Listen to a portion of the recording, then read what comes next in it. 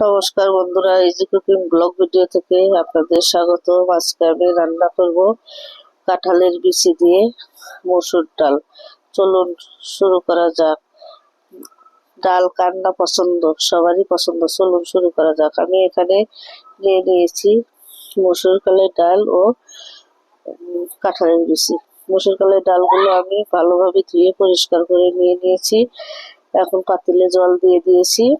পাতিলে মসুর কালের ডালগুলো দিয়ে দিলাম। দিয়ে দেব কয়েকটি কাঁচামরিচ চেরা, দিয়ে দেব পেঁয়াজ ও কয়েকটি রসুন কোয়া, দিয়ে দেব সামান্য লবণ।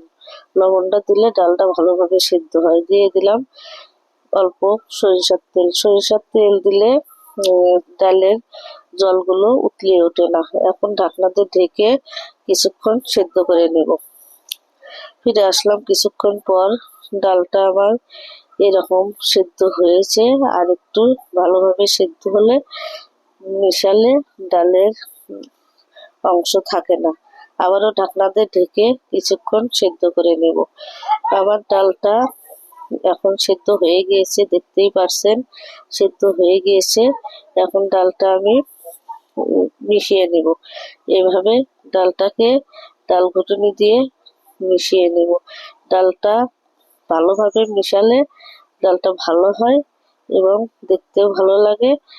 আমি আজকে পাতলা করে মসুর ডাল রান্না করব, তাই দিয়ে দিব কিছুটা জল। আমি এখানে গরম জল দিয়ে দিয়েছি। ডালে গরম জলই দিতে হয়।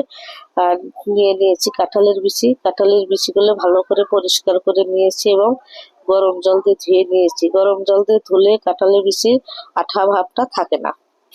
দিয়ে দিলাম সামান্য লবণ। লবণটা দেখে শুনে দিতে হবে, কারণ আগেও দিয়ে দিয়েছি। দিয়ে দিলাম হলুদ গুঁড়ো। হলুদ দিয়ে ভালোভাবে ডালটাকে মিশিয়ে খানিকক্ষণ ডালটা কাঁঠালের বিচি সেদ্ধ হওয়া পর্যন্ত নেড়ে চেড়ে রান্না করে নেব। ডাল যত জাল করবেন ততই ভালো। আমার কাঁঠালের বিচিটা সেদ্ধ হয়ে গিয়েছে। বন্ধুরা, আপনারা যারা এখনো আমার চ্যানেলে সাবস্ক্রাইব করেন নাই, অবশ্যই সাবস্ক্রাইব করে আমার পাশেই থাকবেন। আমার ডালটা হয়ে গিয়েছে, এখন নামিয়ে নিব। চুলায় কড়াই বসিয়ে দিয়েছি। কড়াইয়ে তেল দিয়ে দিলাম। তেলটা গরম হয়ে গিয়েছে। দিয়ে দিলাম 2টি তেজপাতা ও 2টি শুকনো মরিচ। মরিচ ও তেজপাতাটা ভেজে নিয়ে দিয়ে দিলাম রসুন কুচি, দিয়ে দিলাম পেঁয়াজ কুচি। রসুন ও পেঁয়াজ কুচি একটু ভালো করে নেড়ে চেড়ে ভেজে নেব। ভেজে দিয়ে দিব সামান্য পাঁচফোড়ন।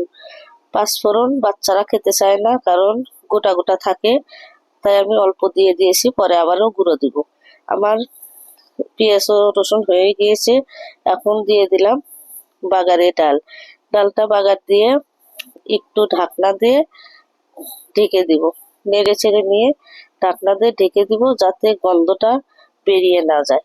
আমি ঢাকনা দিয়ে ঢেকে দিয়ে আরো কিছুক্ষণ ফুটিয়ে নিব। বন্ধুরা, আপনারা যারা আমার চ্যানেলে নতুন, অবশ্যই বেল বাটন অন করে রাখবেন, যাতে আমার রান্নাটি আপনার মোবাইলে পৌঁছে যায়। অবশ্যই সাবস্ক্রাইব না করলে সাবস্ক্রাইব করে দিবেন। আর আমার রান্নাটি কেমন হয়েছে অবশ্যই আমাকে কমেন্ট করে জানিয়ে দিবেন। ডাল কে না পছন্দ করে? ডাল খেতে সবাই পছন্দ করে, তবে পাতলা ডাল হলে তো কোনো কথাই নেই।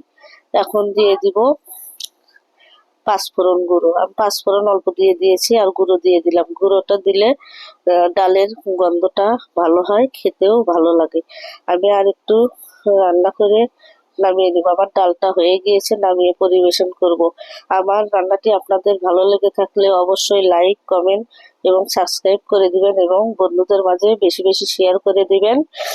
আর ভালো থাকুন, সুস্থ থাকুন। আপনাদের অনেক অনেক ধন্যবাদ।